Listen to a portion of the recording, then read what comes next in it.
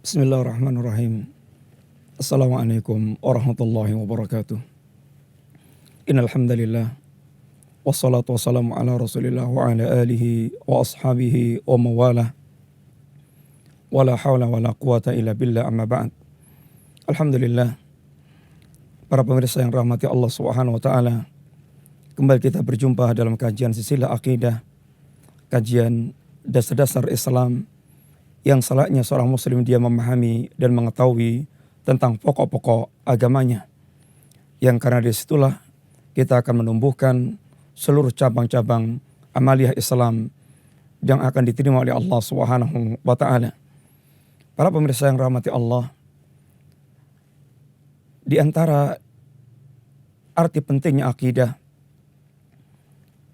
yang dengannya Rasulullah telah membangun umat ini dari dasar akidah,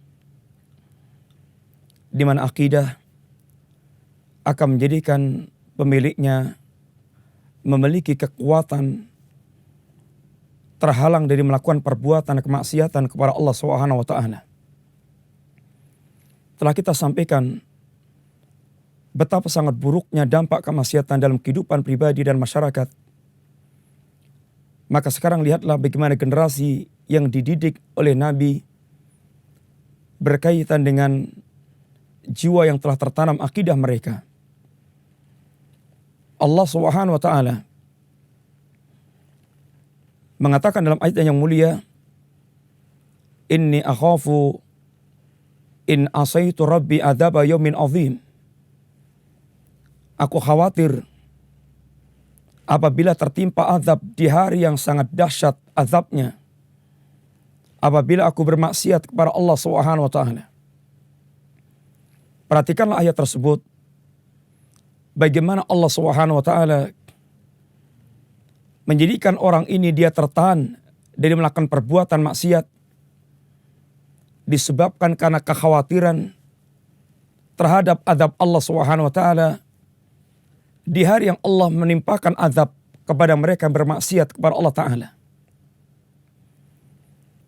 Keimanan dia terhadap Allah dan keimanan dia terhadap yaumul akhir, hari yang Allah menyediakan bagi mereka azab dan balasan yang sempurna bagi para pelakunya, telah mendorong seorang dia khawatir melakukan perbuatan maksiat. Maka perhatikanlah bagaimana generasi umat ini yang telah terdidik dengan pendidikan akidah, betul-betul mereka telah mewujudkan kehidupan yang jauh dari bermaksiat kepada Allah Subhanahu wa taala. Dalam sebuah riwayat yang tercantum dalam kitab Riyadhus Shalihin, dalam bab yang pertama, babul ikhlas, di sana dibawakan Al-Imam An-Nawawi riwayat yang cukup panjang tentang kisah tiga orang yang bermalam di gua. Kemudian mereka tertutup pintu guanya dengan batu yang besar yang menjadikan mereka tidak bisa keluar dari gua tersebut.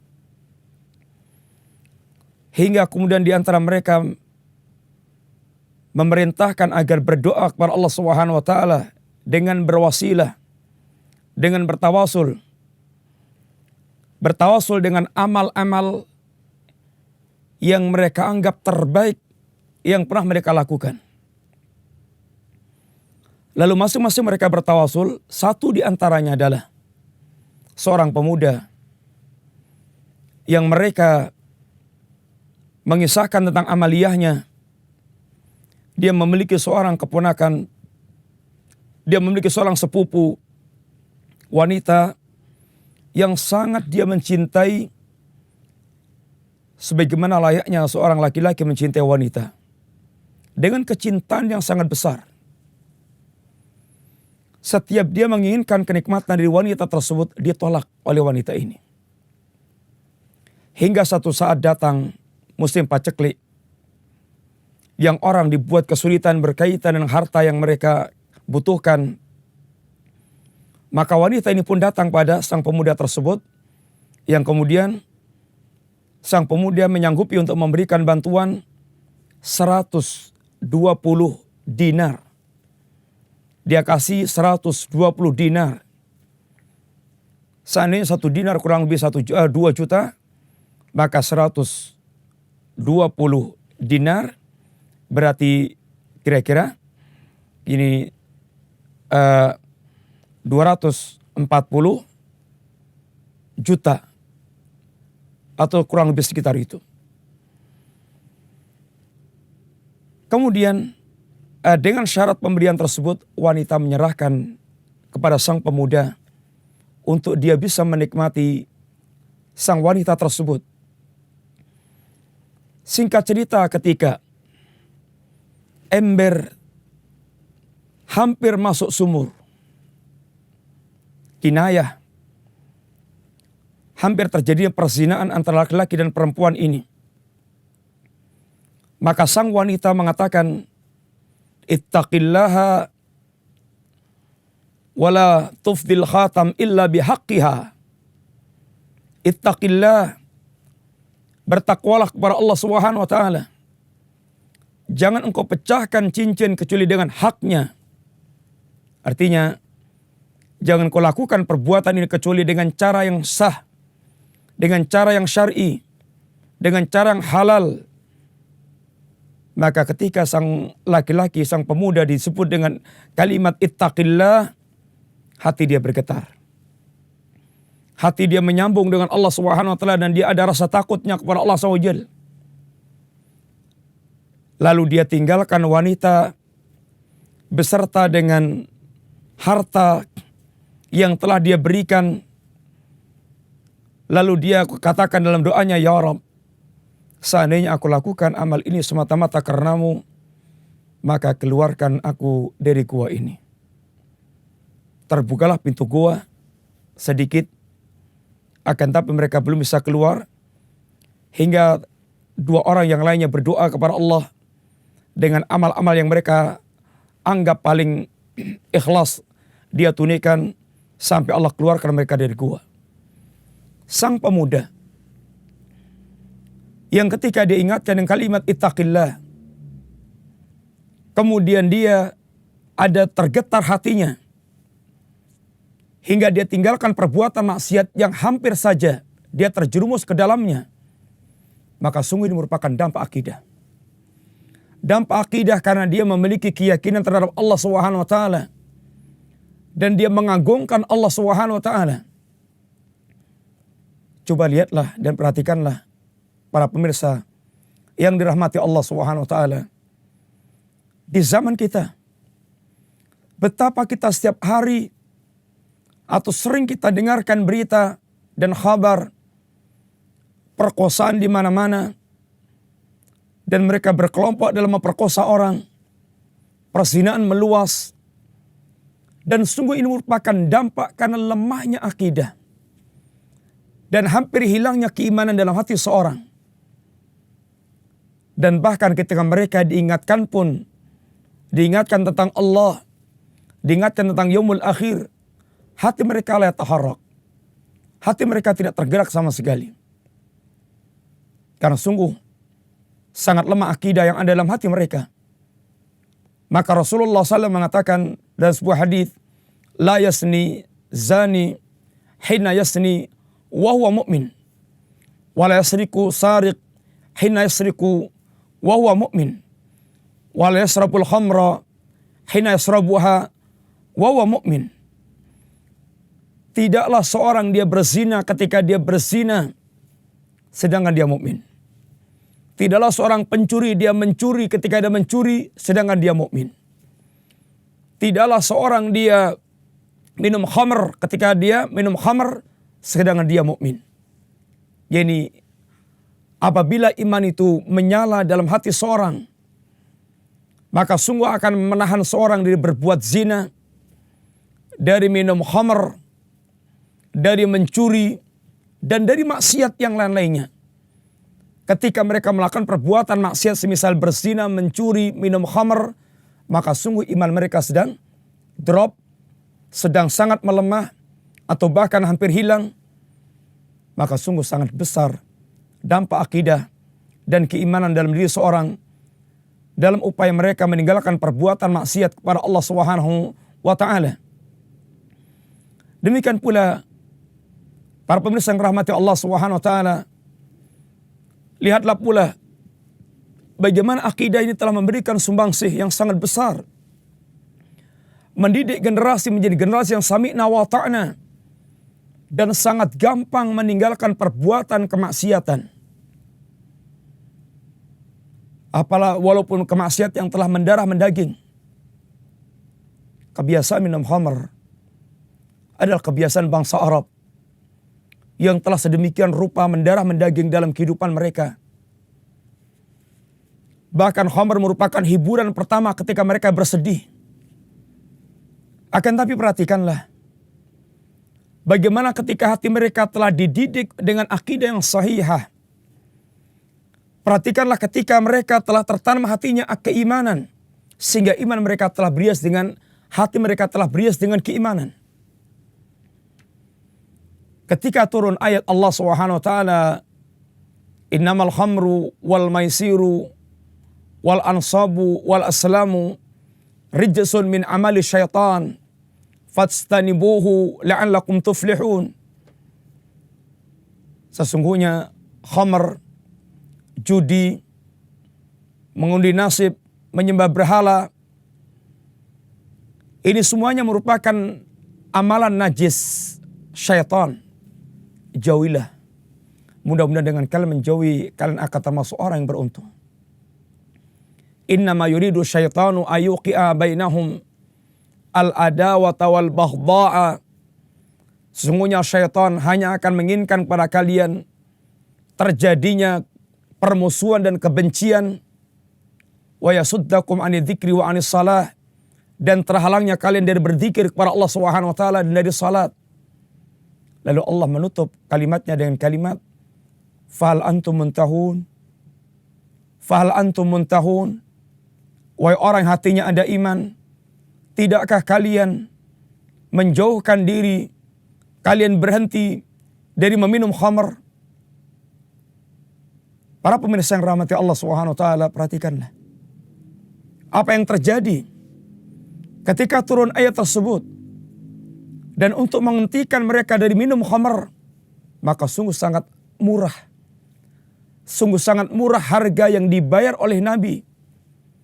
Tidak membutuhkan mereka rapat besar-besaran para pembesar negeri yang mengeluarkan dana sampai miliaran.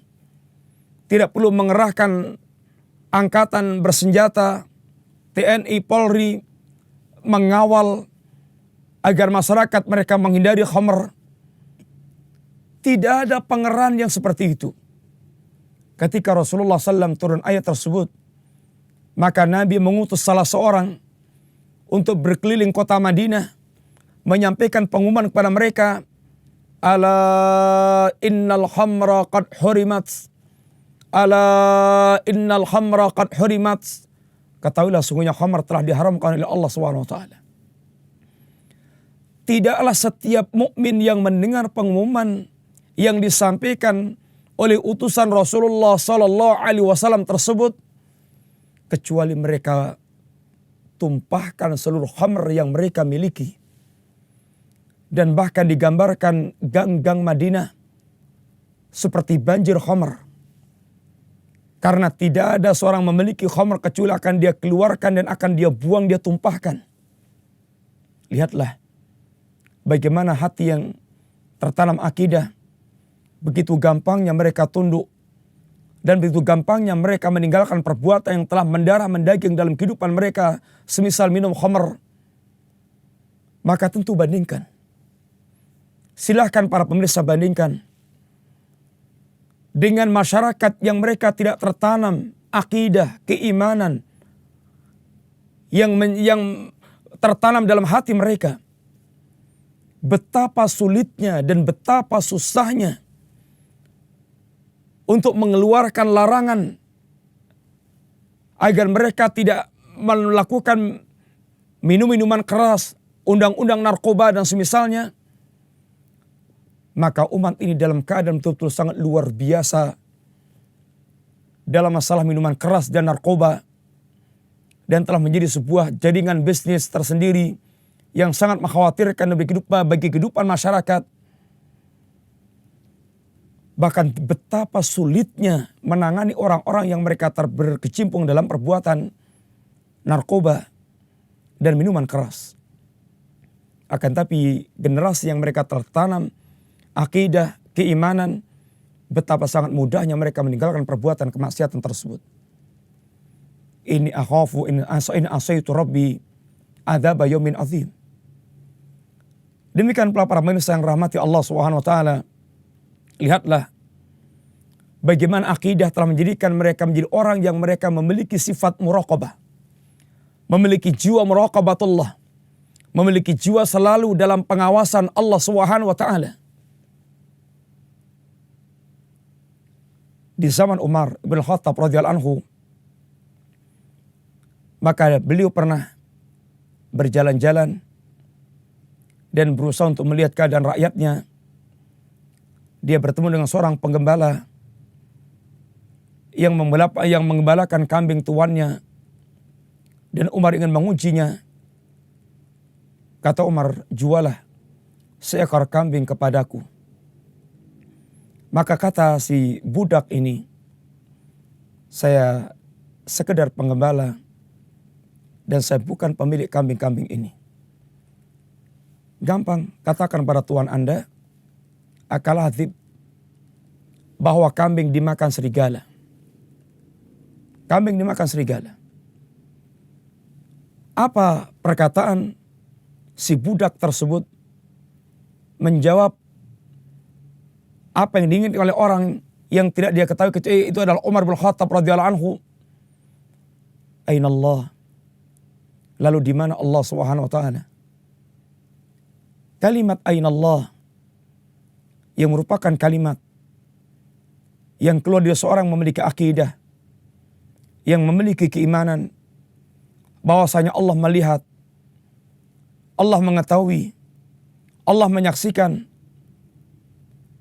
Maka betapa Umar demikian luar biasa merasakan keadaan orang tersebut yang hatinya tertanam akidah tentang Allah Subhanahu wa taala. Demikian pula ketika Umar sedang berjalan-jalan, dia mendengar percakapan seorang ibu dan anak. Seorang ibu penjual susu yang dia memerintahkan pada anaknya, ya anak, akhlitil laban bil ma. Campurlah susu dengan air, dengan harapan tentu agar dia mendapatkan keuntungan yang berlipat. Maka kata anaknya, ya ummah, bukankah Umar melarang kita diri melakukan perbuatan seperti ini? Allah takhafina bi Umar. Tidakkah Anda takut dengan Umar? Maka kata ibunya, apakah Umar? Hal Umar yarana? Apakah Umar melihat kita? Maka apa jawaban seorang anak yang memiliki akidah dan memiliki iman? Idza kana Umar lam yarana. Seandainya Umar tidak melihat kita, ya ummah, fa inna rabba Umar yarana. Maka sungguh Rabbnya Umar pasti melihat kita. Jawaban yang keluar dari lisan seorang yang mereka hatinya menyimpan akidah dan menyimpan keimanan, sehingga sekalipun tidak seorang pun melihat tentang perbuatannya, maka sungguh dia yakin Allah melihat perbuatan yang dia lakukan. Para pemirsa yang rahmati Allah Subhanahu wa taala, demikian pula bagaimana akidah telah menjadikan seorang yang mereka terlanjur melakukan perbuatan kemaksiatan, terjerumus dalam perbuatan kemaksiatan, memberikan kekuatan untuk mereka segera bertaubat kepada Allah Subhanahu wa taala. Kisah yang ajibah, kisah yang sangat menakjubkan, di mana seorang wanita Ghamidiyah, dia terjerumus dalam perbuatan zina. Maka dia menghadapkan diri kepada Nabi SAW dan mengatakan, "Ya Rasulullah, tahirni. Ya Rasulullah, sucikan aku ya Rasulullah. Tahirni." Wanita ini mengajukan diri untuk dirajam oleh Nabi dalam rangka mensucikan dirinya agar dia kembali kepada Allah dalam keadaan suci, tidak membawa dosa. Rasulullah SAW perintahkan pada wanita ini untuk dia kembali hingga dia melahirkan anak yang dia kandung. Dan layaknya orang mengandung 9 bulan 10 hari baru melahirkan, maka selama waktu wanita ini dia mengandung sampai melahirkan, setelah dia melahirkan ternyata iman yang ada di hati dia tetap menyala dan belum padam. Maka dia kembali datang kepada Nabi dengan anak yang dia gendong, "Ya Rasulullah, setelah melahirkan anak ini, tahirni, sucikan aku ya Rasulullah." Maka Rasulullah pun perintahkan kali yang kedua untuk kembali hingga menyusui anak tersebut. Dan ini merupakan kasih sayang yang sangat luar biasa Rasulullah SAW. Maka wanita ini pun menyusui anak tersebut, dan selayaknya orang menyusui sekitar 2 tahunan. Selesai menyusui, ternyata iman sewanita tidak padam. Iman sewanita tetap menyala. Maka dia kembali kepada Rasulullah SAW dengan menggendong anaknya sambil memegang roti yang menunjukkan anaknya telah bisa mandiri. Dan dia katakan, "Ya Rasulullah, tahirni ya Rasulullah. Ya Rasulullah, sucikan aku ya Rasulullah. Sungguh anakku telah bisa mandiri." Lalu Rasulullah pun tegakkan hukum rajam bagi wanita ini. Dan ketika Khalid dia menimpuk dengan batu hingga memuncratkan darah, maka Khalid pun melaknat wanita tersebut. Maka Nabi katakan, "Sungguh wanita ini telah bertaubat, yang apabila dibagi kepada 70 penduduk Madinah, lakafathum, lawasa'athum, sungguh akan cukup." Yang menunjukkan bagaimana wanita memiliki taubat yang sangat luar biasa. Tentu pertanyaan kita para pemirsa yang rahmati Allah SWT, apa yang mendorong wanita ini mengajukan diri kepada Nabi? Sebuah hukuman yang dia tahu bagaimana terapan hukuman rajam sangat menyedihkan dan memilukan dan mengerikan.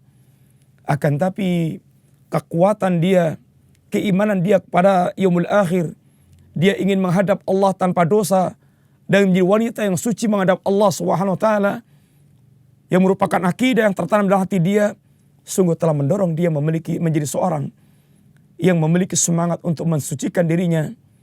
Karena memang seorang mukmin bukan orang yang maksum. Seorang mukmin bukan orang mereka tidak pernah terjerumus dalam perbuatan dosa. Akan tapi mereka terkadang boleh jadi dengan nafsunya terjerumus dalam perbuatan dosa dan maksiat. Akan tapi sifat mereka walam yusiru ala ma fa'alu wa hum ya'lamun. Mereka tidak akan terus menerus dalam melakukan perbuatan tersebut sedangkan dia mengetahui. Dan ketika dia terjerumus dalam perbuatan fahisyah, walladzina idza fa'alu fahisatan aw dzalamu anfusahum, apabila mereka terjerumus melakukan perbuatan fahisyah atau mereka menzalimi diri mereka sendiri, dzakarullaha, mereka pun segera hatinya ingat kepada Allah Subhanahu wa taala, fastaghfaru lidzunubihim, lalu mereka pun segera meminta ampun, bertaubat kepada Allah, meminta ampun kepada Allah Subhanahu wa taala. Wa may yaghfiru dzunuba illallah, dan memang tidak ada yang mengampunkan dosa kecuali Allah Subhanahu wa taala, dan hamba ini mengetahui Allah lah Rabb yang akan mengampunkan dosa, dan dia mengetahui tentang azab yang Allah sediakan bagi para pelaku dosa, maka dia pun segera kembali kepada Allah SWT. Masalah muslimin, demikian di antara dampak akidah. Bagaimana akidah memberikan dorongan yang sangat kuat bagi seorang untuk dia takut kepada Allah dan meninggalkan perbuatan maksiat. Inni akhafu in asaitu rabbi adzaba yaumin azim. Sungguh aku khawatir tertimpa azab Allah yang sangat pedih di hari yang sangat agung apabila aku bermaksiat kepada Allah Subhanahu wa taala. Mudah-mudahan kita termasuk di antara hamba Allah yang memiliki dan diberikan kekuatan meninggalkan kemaksiatan karena dampak akidah yang kita miliki, karena kita yakin kepada Allah, kita mengimani Allah, kita mengimani yaumul akhir, kita mengimani jannah wan nar, kita mengimani hisab, kita mengimani yaumul ba'ats, kita mengimani qisas, kita mengimani sirat. Mudah-mudahan Allah SWT menjadikan kita di antara hamba yang kembali kepada Allah dalam keadaan dibersihkan dari segala dosa, dan kita tidak kembali kecuali membawa kebaikan, sehingga kita akan dimudahkan hisabnya di hadapan Allah Subhanahu wa taala. Mudah-mudahan manfaat. Wassallallahu ala nabiyyina Muhammadin wa ala alihi wa sahbihi wasallam. Assalamualaikum warahmatullahi wabarakatuh.